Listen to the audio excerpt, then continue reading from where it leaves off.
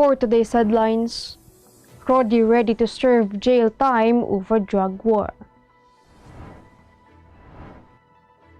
Most in history, House now has 32 deputy speakers. NPA threats of Christmas offensives.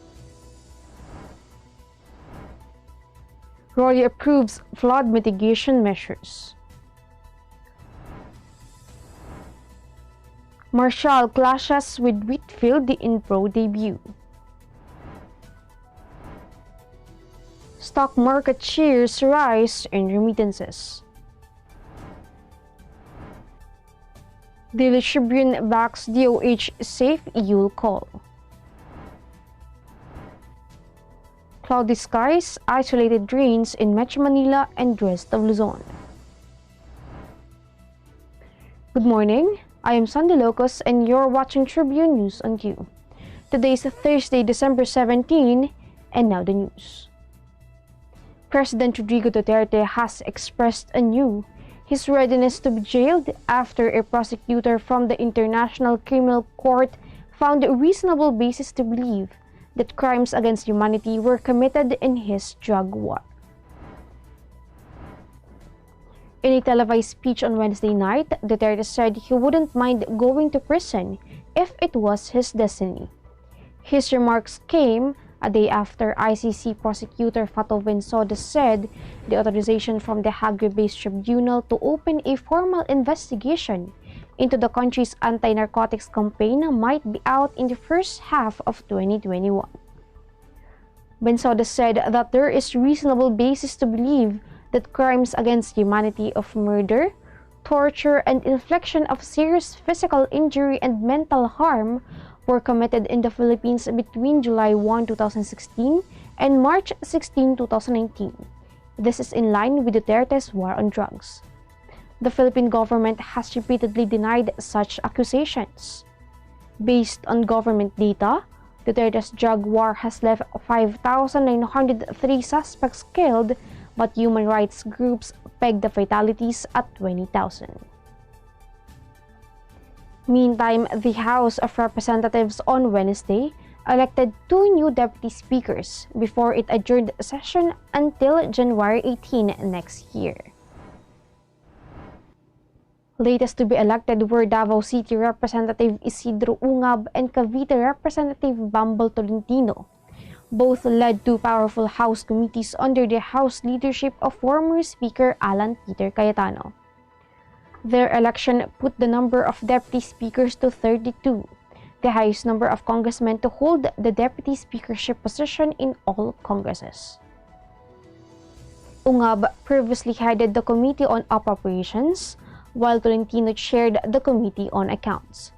These committees are now chaired by ACT-CIS Party List Representative Eric Yap and Presidential son Davao City Representative Paulo Duterte respectively.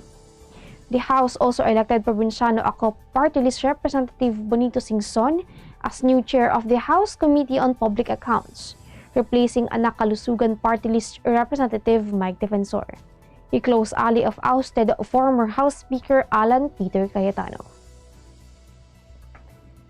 Defense Secretary Delfin Lorenzana on Wednesday downplayed the Communist Party of the Philippines' declaration that it will resume its attacks against the security forces even during the holidays, saying that the military is fine with it. The CPP ordered its armed wing, the New People's Army, to actively defend themselves against military attacks and frustrate the enemy's armed offensives and plans to terrorize the masses over the Yuletide season. This followed President Rodrigo Duterte's declaration that there won't be a truce with the armed rebels under his term. The CPP, according to Lorenzana, has urged armed rebels and mass organizations to carry out secret meetings and assemblies to mark the upcoming 52nd anniversary of the party on December 26. The government declared a ceasefire with the Reds last March at the start of the COVID-19 outbreak, citing the need to focus resources on addressing the pandemic. The communist rebels reciprocated the truce. However, The ceasefire ended in April as both sides accused each other anew of ceasefire violations. Tribune News on Chiu will be back after these reminders.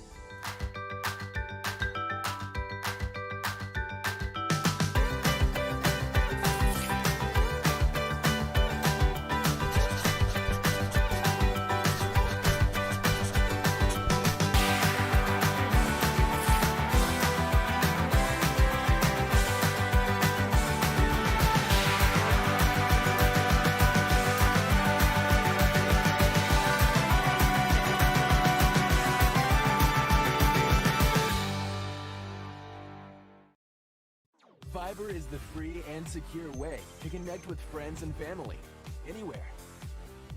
Send messages and make phone and video calls for free.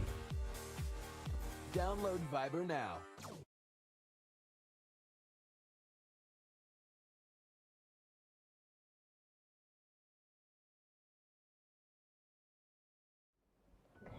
President Rodrigo Duterte has approved the flood mitigation measures recommended by his cabinet for Cagayan Province and Marikina City, a month after these areas were submerged by water brought by Typhoon Ulysses. Presidential spokesperson Secretary Harry Roque, however, did not elaborate on the flood management plans suggested by the Build Back Better Task Force, chaired by Environment Secretary Roy Cimatu during the cabinet meeting held on Monday. Marikina City and Cagayan Valley were submerged in floodwaters brought by Ulysses last month, trapping thousands of residents on their rooftops and higher grounds. Government officials have attributed the massive flooding to successive typhoons which saturated the soil, as well as climate change, mining, deforestation, and maggot dams of water release. Due to unprecedented flooding, the DANR has since proposed to conduct dredging in Cagayan River and Marikina River to prevent the same ordeal in succeeding typhoons. As for the Marikina River, he recommended the widening of its flood-carrying capacity. In showbiz, kapamilya actress Chiu said she wasn't distressed at all at her Bawal Lumabas gaffe turned her into an object of ridicule and target of trolls. Kim said she was grateful that public attention of the statement led to the feeding of more than 8,000 pandemic-stricken families through the Bawal Lumabas merchandise, the recording of a song of the same title, and the production of a digital TV series that gave her fellow artists and production staff. Bawal Lumabas was part of Kim's statement on a Facebook Live session on May 8, in which she tearfully commented on the issue of ABS-CBN's losing its franchise to operate. But the much maligned classroom analogy turned into a brand, evolved into a song with a music video, and transformed further into the Bawal Lumabas merchandise line, with proceeds going to COVID-19 relief efforts. Dreamscape Entertainment also produced a digital TV series inspired by the song. The 6-episode Bawal Lumabas, the series started streaming on I1TFC on December 14. Filipino boxer Marcial formally enters the pro ranks against obscure Andrew Whitfield today in Los Angeles. Marcial, who will have Hall of Famer Freddie Roach in his corner, easily conquered the scales, coming in at 162.8 pounds during Wednesday's weigh-in. Whitfield, who hails from Idaho, stepped in at 165.8 pounds, above the contracted 165 pounds weight. Marcial is heavily favored to run road show over Whitfield, who will be fighting for the 4th time as a pro. The heavy-handed Filipino is looking to make an impact in his first fight as a pro, as the Tokyo Olympics qualifier hopes to build up momentum heading into the Games. We will be back. Stay with us. Magsha-shopping na lang ako! #143SM. Call to deliver. Hello, can I get the following? 1 pink chair, Bedsheets na pink yung soft ha. Tapos slides, size 8. Pajamas na blue. Oh, don't forget my hashtag 143SM. Call to the... Wait lang. Okay ba yan? Anything at the SM store, ma'am. Call to deliver. Kuya, pwede rin ba ako magpa-deliver sa ate ko sa Taguig, tapos sa friend ko sa Davao, tsaka sa... cancel ko sa Lipa? Okay ba yan? Kahit saan po, pwede kami mag-deliver. Call to deliver.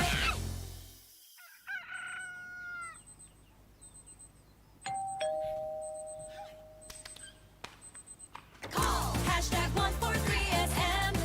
Call to deliver. Hashtag 143SM. Call to deliver. Call hashtag 143SM. Hashtag 143SM. Call to deliver. Call na rin kayo. Call to deliver. This is a very important story. The important story. Pictures and stories. Today, we feel the weight of history on our shoulders. The way we have been moving leads nowhere. We need to change course. Since the United Nations was founded, the human race has never had to face a set of challenges like we do right now. But together, we can overcome them. The Department of Health has solicited public support, including from newspapers and other media outlets, to warn the public of a possible upsurge in coronavirus disease infections during the holiday celebrations, when Filipino families traditionally hold get-togethers. Daily Tribune was among those called by the DOH to rally the public into observing health protocols during the crucial period. The newspaper is committed to being one with the DOH in the pursuit of a safe and healthy Christmas in accordance with the government's call. Health Secretary Maria Rosario Vergere once again reminded the public to wear mask and shield, avoid enclosed spaces, keep a safe distance from others, and avoid overcrowded areas. She also urged the public to refrain from getting into indoor venues and rooms with poor ventilation. Metro Manila and the rest of Luzon will experience partly cloudy to cloudy skies with isolated light rains. Cloudy skies with scattered rain showers and thunderstorms are expected in eastern Visayas, northern Mindanao, Caraga, Sorsogon, and Davao region, while Cagayan Valley and Cordillera Administrative Region will have cloudy skies with rains. The rest of the country, meanwhile, will experience partly cloudy to cloudy skies with isolated rain showers or thunderstorms.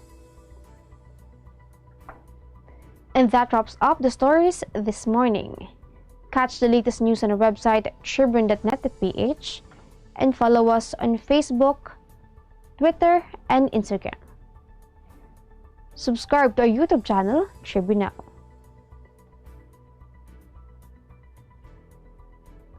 The Daily Tribune is one with the nation in facing the COVID-19 crisis, and in line with this, the Daily Tribune digital edition and press reader is now available for free online. You can also download the Daily Tribune app on Apple Store or Google Play to get the latest and most comprehensive news online. Daily Tribune is also inviting everyone to join its community Viber Chiu to get updates on the freshest and hottest news and entertainment stories of the day. Tarsito emoticons are also available on our community Viber. Just visit the sticker store and search for Chiu Community. And before we go, we would like to thank the SM Store for our wardrobe. We would also like to thank the Araneta Center.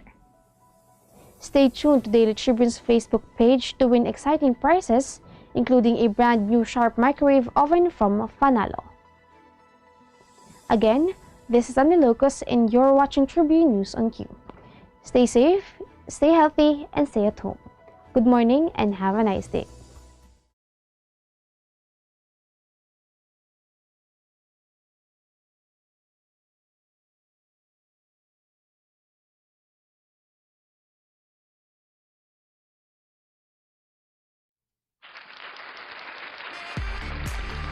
Magandang araw mga kafanalo, I'm Akira. At ako naman po si Kilay for another episode ng #Panalo. At dahil magpapasko na, hindi na namin kayo pahihirapan pa. Sagutin lamang ating question of the day na... Sa anong kanta mo maihahalin tulad ang 13th month pay mo at bakit? Yun! Funny, funnier, and funniest commenters pa rin ang ating pipiliin. Funny and funnier commenters will get gift packs from Sharp Philippines and Glow Pink Blush. And funniest commenter natin will get the same plus Sharp Microwave Oven! Kaya comment lang at tomorrow i-announce po natin ang ating mga lucky commenters. Just tune into the Facebook page of the Daily Tribune and #Panalo. So, again, good luck and Merry Christmas!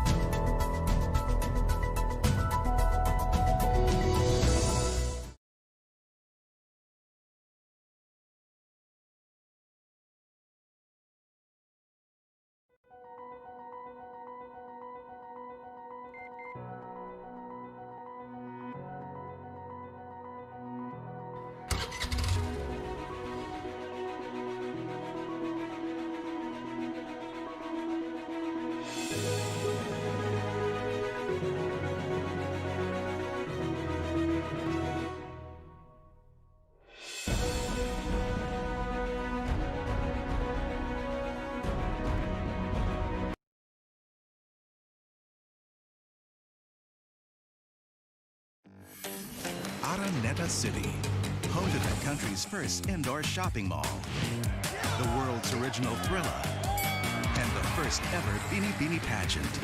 Now a place for your first win, your first catch, your first home, your first big break, your first date, and even your first love. Araneta City, the city of firsts. Manong Joe po. At Ate Maita. May good news uli ang Meralco. Muling bumaba ang overall electricity rates. 4 centavos per kilowatt hour ang decrease natin ngayong buwan.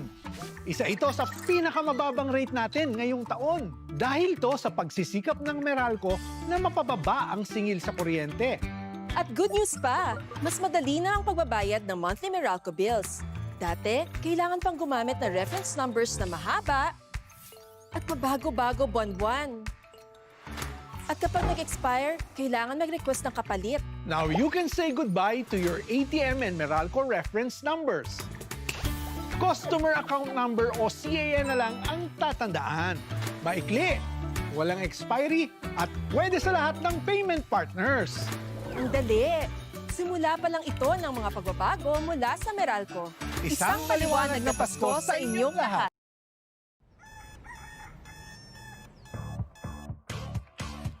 Click, that's it. Never thought self-service can be this slick. Modify plans in a snap, walang hirap. It's a wrap, just tap the app. Now you can check, view, subscribe, renew. Help and support for you. Out with the ring apps are the in thing. You know what to do. Globe at home and Globe One, all in the Globe app na yan.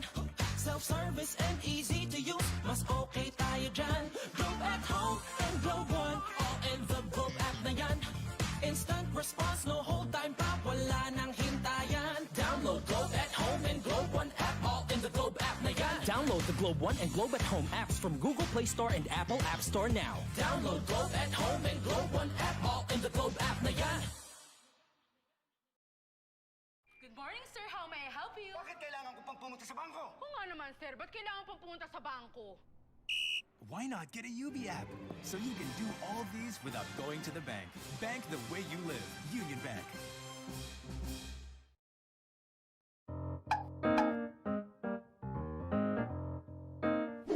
Ang Philippine Offshore Gaming Operators o POGO ay isang legitimate business entity na nagbibigay serbisyo sa offshore gaming para lamang sa mga manlalarong nasa abroad sa pamamagitan ng internet. Ang mga serbisyong handog nito ay katulad ng casino games at sports betting na pwedeng laruin kahit wala sa casino. Sa Pilipinas, walang POGO operators. Tanging POGO service providers lamang dahil nagaganap ang mga laro sa labas ng bansa.